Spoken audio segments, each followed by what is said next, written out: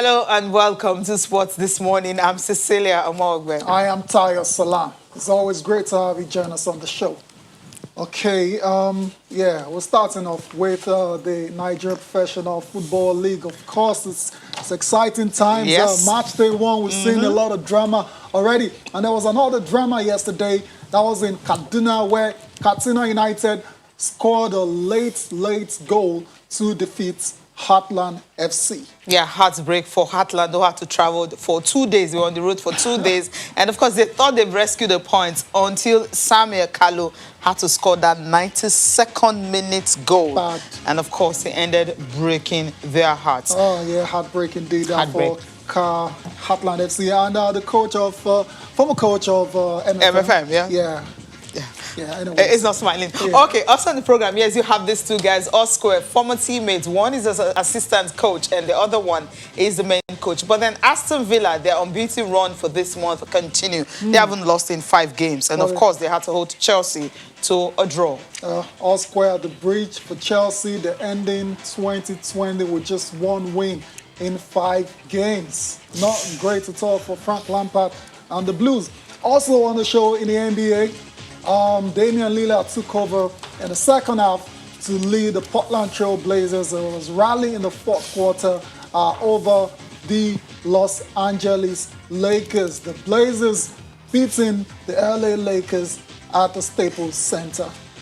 Okay, it was silencing of the Lakers on the night. But then it was all about Damian Lillard because the guy had to rescue something for the Portland Trail Blazers. And that's what we're starting to show this morning. Yes. So the late game, it was early hours of this morning, from 4 a.m. and all that. But Lakers were thinking just maybe they'll continue that run, after losing on their opening game. And of course, they had 2 wins. But this one, the Blazers had other ideas because they were the ones that were able to push up. And of course, it wasn't meant to be. Yes. Despite the fact that they had everyone. When AD didn't play, they won. When they had AD, had LeBron James, he had everybody playing, and then they lost.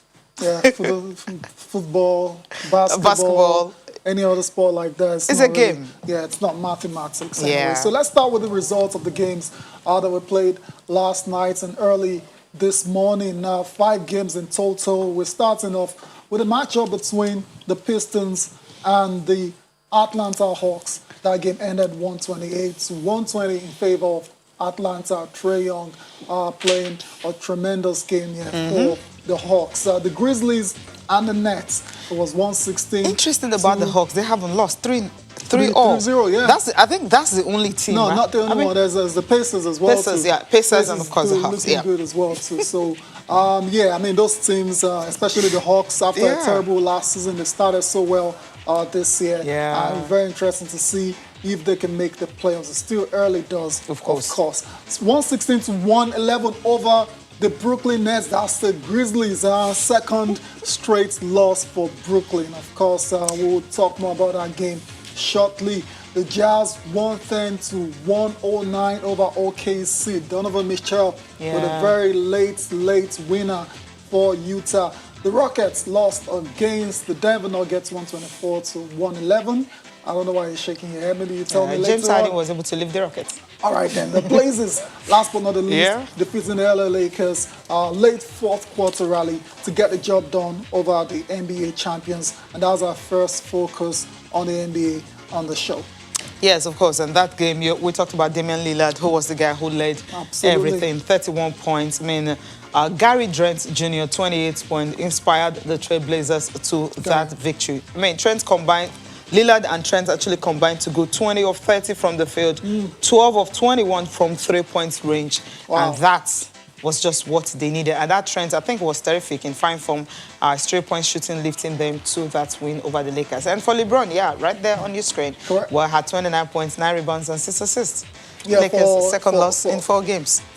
Second loss, not too good. They've dropped to 2-2 now for the season. But for Gary Trent, it's important to know that he's matched his career high in that particular game with 7 3-pointers. So it was a very, very accurate shooting night for Gary Trent. Of course, the Blazers also got 20 points and 11 assists from CJ McCollum. While for the Lakers, all the big guns played this particular game. Everyone. LeBron 29, 9, and 6. Dennis Schroeder was the second top scorer with 24 points, while KCP added 14. Anthony Davis came back from injury after missing one game. Could only have 13 points and 10 assists. You understand when you're coming back from injury at times, you're a bit more tentative and cautious. So maybe that's why AD didn't really perform in that loss against the Portland Trail Blazers. But it is what it is. The Portland Trail Blazers, fantastic win over the LA Lakers. Okay, let's listen to KCP now talking about the game, because he had to give credit to CJ McCollum and also what Damian Lillard had to do on the night. 2-2, so they need to get the chemistry together and get the communication going for them to just start winning. They are the defending champions, and when the season started, all eyes obviously was on Lakers, because they feel that these guys can replicate what they did last season. And so if they start like this, losing 2 out of 4, well, not so good. No, not a great start at all by any means, any account for the LA Lakers, but it's still early doors. Still a lot of games to play, and I expect the Lakers to fully bounce back. Yeah, definitely. It's a marathon, right? A whole lot. Exactly. Let's move on to another team. Surprisingly, they've lost 2 in a row. Okay, I'm not surprised. Well, I'm not. When you're resting the big boys, it happens. Yeah, but still didn't expect them to lose 2 in a row. Anyways, we're talking about the Brooklyn Nets. We decided to rest Kyrie Irving and Kevin Durant in their game against the Memphis Grizzlies. And surprisingly, or not surprisingly, actually, they lost that game 116 to 111. They were also missing Spencer Dinwiddie, who was out with an ACL injury. He's actually going to have surgery. So for the Brooklyn Nets, in the absence of those 3 players, Karis LeVert led the way with 28 points, 11 assists for Brooklyn, but it wasn't enough. Because you have a Grizzlies just firing from all cylinders, and also I think they were not the only one who was missing. Jamara also. I mean, he suffered ankle injury. I mean, he actually left in the wheelchair and all that. So gonna be an MRI scan later today, then we'll discover what's really, up with him. But then it was all about them on the night. They had to take advantage of the fact that you didn't have Kevin Durant, Kyrie Irving, and also Spencer. They were not in the game, and these guys had to take advantage to win that. So let's listen to Steve Nash, talking about this game and what they need to do better when they don't have the big boys playing. How they need to win more games, because losing 2 back-to-back is not what we expected, especially how they started the season, winning the first 2 games. Yeah, it was a great game, but then not enough, because they lost 116 and 111. 5-point loss. When Kyrie and KD are not playing, you expect the other guys to step up. That's Players what like DeAndre Jordan, 4 points on the night, not good enough. Poor. Terrence Prince, 9 points on the night, not good enough. Joe Harris is a great shooter. 14 points on the night. These guys really need to step up whenever the Nets decide to rest KD and Kyrie Irving. Let's move on to our last focus, last match of the NBA between the Nuggets and the Rockets. My team. All right, your team. Anyways, Nikola Jokic was the star of the show in the game. Another triple-double, 42nd of his very, very amazing career as the Denver Nuggets defeated the short-handed Houston Rockets 124 to 111 for the first win of the season. Jamal Murray added 21 points before leaving the game in the third quarter. For James Harden, Cecilia. James Harden, good nights for him. 34 points, 8 assists, and 6 rebounds. But then they fell to Jokic, because Jokic was the guy who started for the Denver Nuggets. Jokic the Joker. Anyways, Christian Wood for Houston added 23 points on the night as well. It's important to state that the Rockets were short-handed. They started the season without several key players like John Wall, DeMarcus Cousins, Eric Gordon, Mason Jones, who are away because of COVID-19 health and safety protocols. So those guys were missing in this game as well. So but Daniel House was actually there, but he struggled badly, going 1 of 9 from the field. Finished with just 3 points in 29 minutes. What is that supposed to do for the team? Exactly.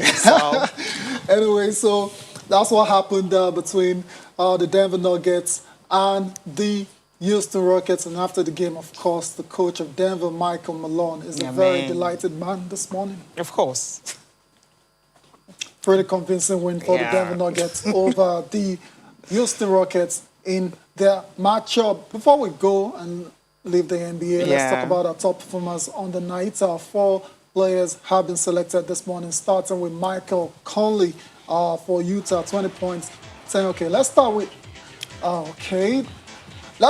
Michael Conley, 20 points, 10 rebounds, and 9 assists on the night. Well, there you go. That's the Utah man right there. James Harden as well too was in inspiring form, although could not help his side too. It was on the losing side. 34, 6, and 8. Nikola Jokic, 19, 12, and 18, 42nd triple-double of his career, while Damian Lillard had 31.4 rebounds and 5 assists in their win over the LA Lakers. Before we leave the NBA quickly, Brandon Ingram, Domantas Sabonis have been named the Western Conference and Eastern Conference Players of the Week.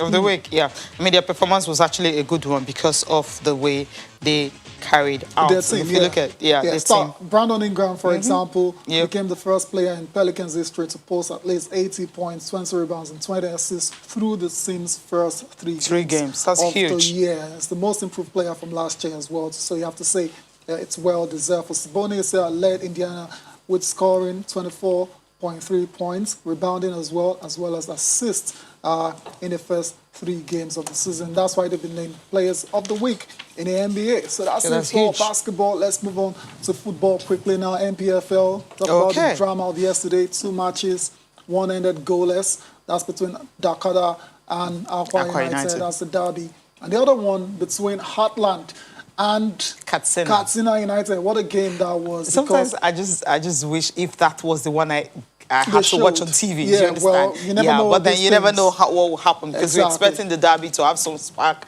Yeah, some spark we saw that, but then no goals. So it's when the goals actually are the ones that make it But for that better. first game, though, Cecilia, was very interesting. Heartland led twice through Bright Onyedikachi at the 2nd minute and Samuel Noshiro in the 82nd minute. But goals from Boubacar Msali, 48 and 88, as well as Samuel Kalu in the 92nd minute, earned Katsina that very late dramatic win. I think Boubacar Masali should be happy because he got a brace for the team. 44th second and also 88th second, 88 minutes, as you mentioned earlier. And of course, Samuel Kalu just throwing that dagger in the heart of Heartland, traveling all the way. I mean, just losing, thinking we're going to get a draw out of the game and all that. But at the end of the day, it just wasn't to be. 81st minute, I think maybe the bench could have been celebrating. We're going to win this. We're going to win this away from home in the north and all that. But then 88 minutes, yes, a draw. They kind of like, okay, we can go home with a draw. And then while we were thinking the final whistle is about to sound. And what happened? Samuel Kalu just popped up. And that's the most painful way to lose a football match. That's really painful. You pretty much have no time to respond. And that's how Katsina United got the job done against Heartland. Anyways, one more game today, big game as well. Enyimba versus Abia Warriors. That match will be shown live on as TV. well. So you follow the NPFL, try and watch that game, local derby between Enyimba and Abia Warriors. We need to go on a break now. We'll come back. It's going to be all about the English Premier League.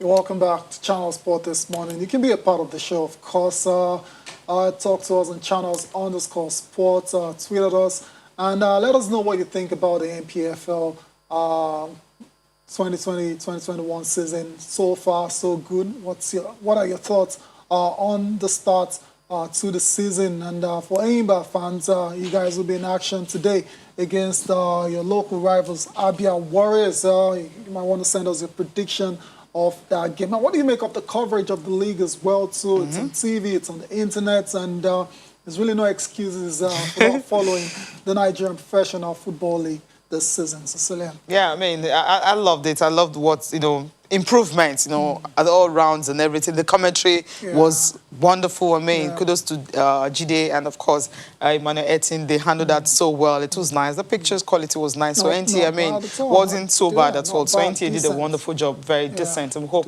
they can continue like this. Another one also today, you know, we have Abia Warriors and Eimba will be in action. It's going to be live on TV. Also, NTA will be showing that live, of course. If you're online, you can stream to NPFL TV.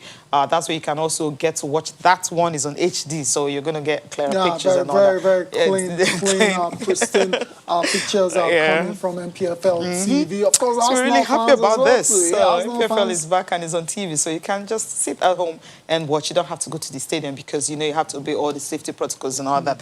Yes, Arsenal fans talk to us as well. You guys are playing Brighton today. I mean, you just beat Chelsea, so Brighton should be no problems right now. Brighton are kind of a bogey team for the Gunners right now, but you can let us know what do you think is going to happen in that game. Should Mikel Arteta stick to the young guns who got the job done against Chelsea, or should they bring back the big boys against Brighton? Talk to us on channels_sport. Of course, we're going to the Premier League right now, so let's see matches played yesterday. Results of the games yesterday wasn't good at all for Chelsea. They're ending the year with just 1 win in 5 games after El Ghazi scored to get a point at the bridge. That's Aston Villa. Cecilia, Aston Villa had a remarkable season, remarkable 2020. This all started from last year when they managed to avoid relegation. And they've carried the form on into this season. And so not a surprise what Dean Smith is doing with Chelsea. Of course, the first game of the day was between Palace and Leicester. Unfortunately, Nigeria's Kelechi Iheanacho missed the penalty in that game, missed a glorious chance as well. And Leicester were only able to get a point, courtesy Harvey Barnes scoring a late win. Of course, we talked about Chelsea, Villa already, 1 apiece. While yesterday Everton and Manchester City was postponed because of outbreak of COVID-19 in the Man City camp. That game is going to be rescheduled for another time. Anyways, let's get on with the show now. We have Bada Akitsode Johnson joining us from Lekki to do a review and a preview of the games that will be played tonight. Bada, good morning. Thanks for joining us on the show. Compliments of the season. How are you enjoying your holidays? Oh, well, compliments of the season to you too. Holidays going okay so far. Nice. A lot of rest. Yeah, not a lot of outdoors. Of course, we've got to keep it safe. COVID is still in town. So, but we're maximizing to find rest and watch a lot of football. Yeah, I mean, that's not too bad if you ask me. Anyways, let's start off quickly. Let's talk about Chelsea. Bada, in the last few games now, it's not been great, not a great end to the year for Frank Lampard and Chelsea. Like I said earlier, they've just won 1 game in 5. And Aston Villa, not surprisingly, getting a point for me at Stamford Bridge. Well, it's that sort of season where every team will have their periods where they suffer some kind of blip, they suffer some kind of dry run. It's the second time that Chelsea is having some sort of spell where things are not going to plan. It happened earlier, but they snapped out of it very quickly and went on this run. Once Edward Mendy came in, Thiago Silva started playing. They were not conceding goals. They were scoring goals. They looked like the strongest team. In fact, Jurgen Klopp and a number of other Premier League managers say, on the evidence of how strong they were in that period, that Chelsea has the best squad in the league and should actually be favourites to win the league. At the time when Liverpool looked injury-ridden, Man City also looked out of it. A lot of pundits were beginning to lean towards a Chelsea championship season, but all of those optimisms seem to have disappeared in recent weeks because, like you said, they've only won 1 in 5, and that one wasn't even a convincing victory against West Ham in a game that West Ham maybe deserved a point. And yesterday night, Chelsea never really looked like putting that game to bed against Aston Villa, even after they took the lead. And one of the reasons why, Chelsea may be suffering is because, aside the fact that Timo Werner and Kai Havertz are not firing, I think that Lampard has got to make up his mind on just playing Giroud, who scored 9 goals in the last 13 starts or something like that. Yeah. Playing him consistently ahead of Tammy Abraham. Yes, Tammy did get that consolation goal against Arsenal, but when Giroud plays, Giroud seems to be able to bring other people, into play, and the players play off him more easily. Even though they didn't win yesterday, it was a more coordinated performance versus against Arsenal when it was Tammy up front. Yeah. So I feel like he's going to give Giroud a run in the team. Yesterday, Christian Pulisic looked very, very good. Couldn't finish, but it would come. The goals will come. I think going forward, Chelsea don't have a lot of problems. If he can keep a consistent team, I think Kovacic has got to be playing in the middle of the park for me. Even against Arsenal, he was one of their brightest players on the pitch until he was taken off. N'Golo Kante needs to find his form again. Chelsea need to get those wing backs, Ben Chilwell and Reece James, flying all over again. And when they do cross, like it happened with their goal yesterday, Chilwell to Giroud. There's someone of Giroud's caliber who can finish sharply. So I don't think that Chelsea have a lot of problems, at least not like Arsenal. But I think he needs to find a team that he plays consistently, especially now that Champions League football is not back till February. You have the occasional cup games, the FA Cup in January, Carabao Cup, they're out of it. So, I don't see why he can't play a consistent team, to be honest. And then stop forcing the Timo Werner and Kai Havertz thing. These guys need to be taken out of the line of action for a bit. The pressure of being in a new environment, obviously, is getting to them. But there are other players. Yes, granted, Hakim Ziyech is injured, but that Chelsea squad is super strong. Callum Hudson-Odoi came on against Arsenal, was sprightly. You just need to play people consistently over a period. And you can tell that the pressure is beginning to mount. He's looking frustrated on the sidelines. He wants the result. He almost feels entitled to get a result just based off that strong run that they had. But at this moment in time, they seem to be stuck in a rut. And in the Premier League, if you're not playing at 100% all game, you can't win. You slip up a little bit, you get punished brutally. Ask Liverpool, Aston Villa, 7-2. So Chelsea, for me, will just need to find consistency and they will be good. They won't win the league this season. I was never carried away by even that run. But they can ensure another top 4 finish and maybe win the FA Cup, because I sense that if Lampard doesn't finish with a trophy this season, he might be losing his job. Interesting. I mean, Lampard actually talked about the fact that he's satisfied with the way the team played. They had 64% ball possession, of course, 16 shots, on goal and all that. But at the end of it, he said he's satisfied. And if they're going to be playing Manchester City next. So how will he set up?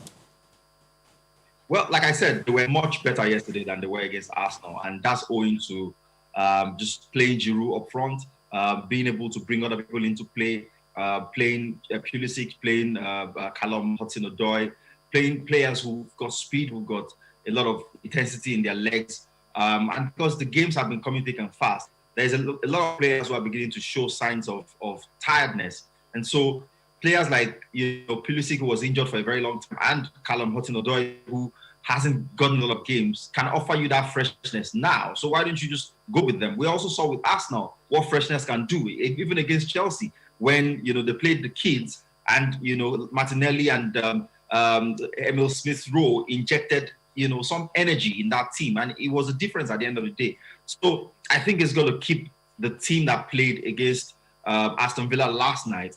Of course, they can use a bit more clinical finishing. So I'm not surprised he said, he was satisfied with how they played. But you've got to give credit to Villa. Villa isn't a pushover team. They've gone 5 games now without defeat, and they're looking really strong. So as much as we may want to knock Chelsea for not winning yesterday, we've got to also consider and factor in the quality of the opposition they were up against. I thought that they were much improved. On another day, they would have gotten a win yesterday. And it's just got to keep that squad, that team, that first 11 going into the next game. They just need results to go their way. They win one game, they get their mojo back, they get the spring in their steps back. and they can go maybe on another strong run that would mean that they are still within touching distance of the front runners in the Premier League. Yeah, you're right, but I mean the table is so congested. Just a couple of wins shoots you right to the top of the table again. And for Aston Villa, surely have to be the surprise package of the season. I mean they're going great guns from last year when they managed to just avoid relegation. But let's just focus on Aston Villa quickly and let's get to listen to Frank Lampard, what he has to say about his former teammate John Terry, who was an assistant to Dean Smith.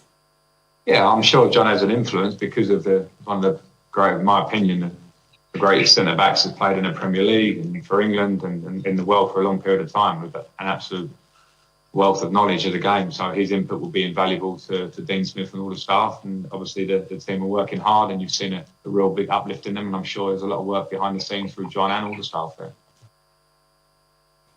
There you go, Frank Lampard speaking about the influence of John Terry in that backroom staff of the Aston Villa. But a quick one just on Chelsea. A lot of people, including me, feel John Terry is going through the right process to becoming a Premier League manager. Like Lampard, which just got his big job straight out of the Championship. What do you make of that?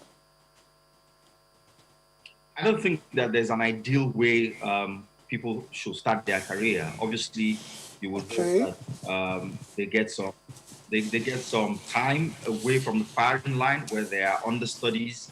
But Mikel Arteta was understudy to Pep Guardiola for a few years. Now he's in the firing line and is still finding the going a bit tough. So that you were number 2 somewhere doesn't guarantee that you still won't have this headwinds, this turbulence that all managers must go through. So is John Terry going about it the right way in terms of just understudying Dean Smith and being a part of what's going on, the positives that are going on at Aston Villa? Maybe, maybe not. We'll never know. There are managers who took, jobs straight away without that much of an experience as a number 2. You can argue Pep Guardiola was Barcelona B manager, but that doesn't equate experience in the top flight. But he got a job straight away as a top flight manager and had a very, very successful 4-year run at Barcelona before he left. So, he always looked like the man who would make it in management. Anyway, he's a tough character.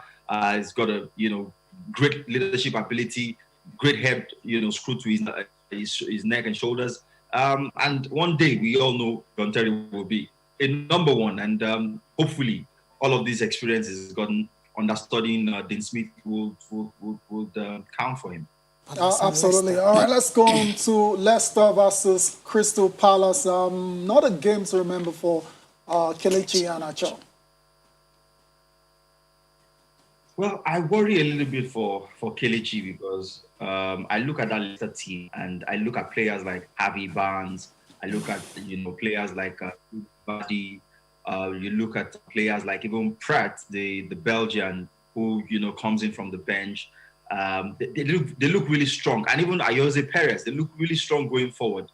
So much so that the young English guy who the speed star, I can't remember his name now, hasn't gotten that much of games in that team, and they have a lot of young players coming through that are also pulling their weight. Harvey Barnes in the last few games, for instance, has been one of the best players, if not the best player for Leicester. Scored against United, scored again yesterday against Palace. And each time Iheanacho has played recently, he's not really looked up to the pace of the game. Yesterday, he had his chance because the regular players like Tielemans and Vardy were rested, and he blew that chance. Got a penalty, didn't score. Got another chance, didn't score. In a game that Leicester needed to win, actually. But you ask yourself, how much longer will the manager, Brendan Rodgers, persist with him? Because he knows that if they must finish one better than they did last year, where they failed to make the Champions League because haven't stayed in top 4 positions for most of the season, he needs an able, capable deputy for Jamie Vardy. And he might be looking into the transfer window in January to bring that reliable deputy, which he's not finding now and this, for a player who has that much potential, is very heartbreaking. There's just something not quite right over the years with Kelechi. is either he's distracted, he doesn't have his focus super strong. There's just something that means that he's under delivering on his undoubted abilities and potentials. And yesterday was another example of that. Get your chance, fail to take it, and the manager must be scratching his head and asking himself, can I really trust this guy for the sort of campaign that we want to have? Right then, Kelechi Iheanacho will have to step up as soon as possible. Let's go to today's games. Games will be played as well today in the Premier League. Brighton will take on Arsenal. Burnley versus Sheffield. Sheffield are in serious trouble. Southampton will take on West Ham. West Brom versus Leeds United. And Manchester United versus Wolves. So those are the games for today in the Premier League. But let's start with United taking on Wolves. This is a very tricky game. We know Wolves, they never an easy opponent. We saw how they pecked back Tottenham just on Sunday. Well, Wolves are super strong, especially against the top teams. Like you said, 1-1 against Spurs last weekend. They're always up for these games. And you saw United also labor into a 1-1 draw. Was a 2-2 draw, rather, against Leicester City. So two teams that are coming off draws in a matter of days, needing to go head-to-head against super strong oppositions in each other.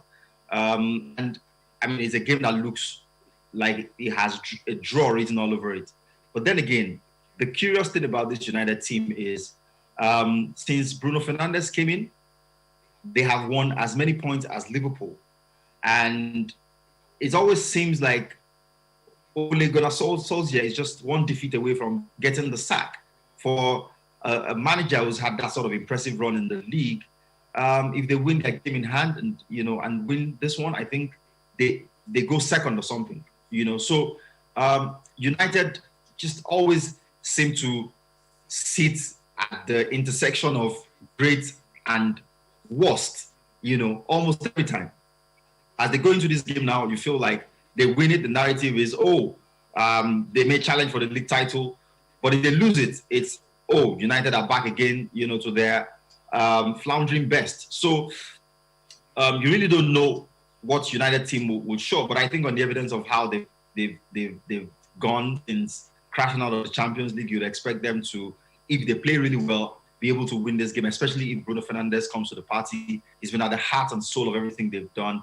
Against Leicester City, again, created the first goal for Marcus Rashford, got on the end of a Cavani through ball to score the second one. He's had more goals involvement than appearances since he came to the league.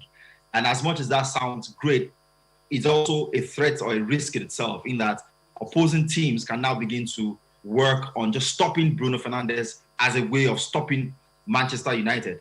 And we've seen, like you said, Wolves against Spurs, Wolves beat Chelsea. You expect them, they're always up for these big games. So United would have to play very well, expect Bruno Fernandes to play very well to get a victory in this game. But you look at it and you feel like if they don't win this one, it'll be the second consecutive game that they haven't won and haven't seized the opportunity to go second in the league. And again, the naysayers will be back to their best, hounding Ole Gunnar Solskjaer and forgetting that, like I said, he's got this incredible stat of having won as many points since Bruno Fernandes joined in February last year as Liverpool champions.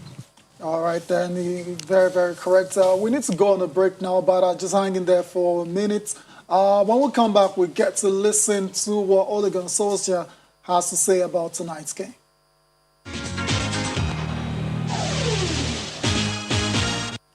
Welcome back to Channel Sport this morning. We still have Bada Akitside Johnson helping us to review and preview the games in the English Premier League today. Let's talk about Arsenal before we let you go. Bada, Arsenal, Brighton today. No Gabriel, of course, still self-isolating after coming in contact with someone with COVID-19. And but for the Gunners, very, very impressive win against Chelsea. And we saw in that game Mikel Arteta make, some changes. A lot of youngsters were brought into the side. And do you fully expect him to stick with those guys tonight against Brighton, who are like a bogey team for Arsenal? They beat them home and away last season. Well, first off, Gabriel now tested positive for COVID. So Ouch. he's got to recover. He's not just self-isolating, he's got to recover from the disease over the next few days, meaning he misses the next 2 games as well, maybe even 3. So you look at the central defensive partnership in his absence. Pablo Mari played well alongside Rob Holden. So I expect them to continue. David Luiz is still out as well. Of course, Tierney had a massive game against Chelsea, same as Bellerin, was decent. So I expect the back four to remain the same. The Egyptian El Neni and Granit Xhaka, who scored that stunning free kick, would continue in midfield. Emil Smith-Rowe, Xhaka, and Gabriel Martinelli in behind Aubameyang because he's available now. He was actually on the bench against Chelsea, was not just needed. But it will be sad to not see Lacazette play. So it'll be interesting to see whether Lacazette starts and Aubameyang comes on later, or Aubameyang starts and Laka, takes a rest. But in answering your question, I expect him to stick with the team that did so well against Chelsea. There was mobility, there was intensity. They packed the threat. Arsenal, that had barely created chances in a lot of games going into that Chelsea game, got as many as almost 10 shots on target in that game. And of course, that must have been heart-lifting for a coach that had been accused of fielding a team that lacks creativity and consistently shutting out, not even registering Ozil. All that talk must have, been put to the background, at least for now. And if they follow it up with a strong showing against Brighton and create chances and score goals, no one will remember that Ozil is not playing. Like you said, this Brighton team is a very good team. They play really good football. They create chances. So Arsenal's defense might be tested a lot more than they were against Chelsea. I expect a high-scoring game, and I expect the subplot to this. Remember where Southampton played Arsenal a couple of weeks ago, 1-1 draw. It was former Arsenal player Theo Walcott who scored Southampton's goal. I fully expect that Danny Welbeck will give Arsenal a lot of trouble. Scored in the last game for Brighton in that draw they played. So I expect a Danny Welbeck goal in this one. But if Arsenal play as well as they did against Chelsea, I can't see beyond an Arsenal win. And I think that it will give them the much needed momentum that they need to get out of the rut that they've been. Still 15th on the table. Doesn't look good at all for Arsenal. So they need to go on a run. The next 5 games look all winnable, but they've got to win this one right in front of them tonight against Brighton. Be a very entertaining game. I love watching Brighton. Whether that style of football will keep them in the Premier League is another debate for another day. But they're very, very enjoyable to see. And against Arsenal, who also like to play open, offensive, and entertaining football, it should be one of the games of the night. But as I said, I expect that Arsenal, just having a bit of the momentum from beating Chelsea, should have just a bit too much quality for Brighton. Right then, we'll side fans out tonight for the Gunners against Brighton and Graham Potter. But many thanks for joining us on the show. Enjoy the rest of your day. Thanks for having me. All right, there you go there. Cecilia talking about Arsenal. They are talking already. I'll just take some few tweets here. Dr. Kenneth says the stats are stacked against Arsenal in the Brighton game. We lost both legs to them last season, and seeing Lamptey likely to be back in the side makes them more dangerous. However, I'm very upbeat. We beat them as long as we play Saka, Martinelli, and Aubameyang. Okay. Interesting. All right. It's got it all worked out, figured out. All right, Goriola Adil, we have your message as well. And you're talking about Kelechi Iheanacho. I'm sorry to say, but Iheanacho has once again shown he's not dependable. I believe he practically cost Leicester 3 points yesterday. That's that a bit harsh, not being dependable. Okay, I know Bada said something along because those he's not lines dependable. Well, I mean, we saw the way his play in the game. I didn't see that hunger or someone that, we didn't see that fearlessness. I mean, when you watch Aston Villa play, check all the players on the field of play, from Watkins to Jack Grealish and even to El Ghazi and all that. We saw what they were able to do, and fearless. I mean, you want to see a player on the field fearless and being able to take his chances. And if you cannot do that, it's always when you can't rely on him to be your backup striker, it's difficult. So I think I will agree. It's not so harsh. I think it's just what it is. Except once his form improved, obviously you won't hear anyone talking about this. All right, before we look at the papers quickly, let's see what's happening in Schalke. They've just unveiled their fourth coach of the season. Okay, and how many games have they played this season? It's still, we're not even first half of the season yet. Fourth coach in a season. In a season, Cecilia, number 4. I don't know what to say about Schalke. Schalke, they rooted to the bottom of the table, 4 points from 13 games. They are also on a 29-game winless run in the top flight. 4 managers this is. Anyways, the new guy is Christian Gross. Can he change things around? Stuttgart and Tottenham Hotspur coach. We'll see if he can change things around. And of course, someone has missed training because he wants to leave Diego Costa. Yeah. Okay, that's troublesome boy. Yeah. Time to look at the papers right now. I'll start with the Complete Sports here. Complete Sport, what we have here.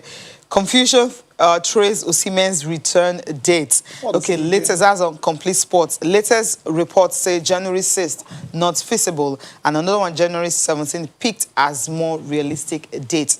I believe this is coming from, well... Cecilia, whatever the case is back in January. January, right? It doesn't matter the date. I mean, you're talking about the date. Is it January 6th or January 17th? But the thing is, when Serie A returns, we know that after maybe he might just miss 2 or 3 games and then we'll have him back. We're reviewing Complete Sports right now. Ian Acho misses second career penalty. See, he's got a good record. I mean, he has scored 5 out of 5 penalties in training. That's what Brendan Rodgers said.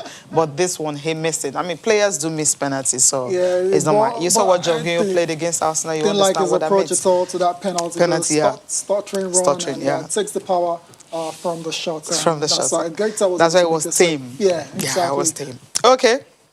Okay, Sporting Life. Yeah, we'll move up to Sporting Life if we have that one. And Sporting Life, Blues drop points again.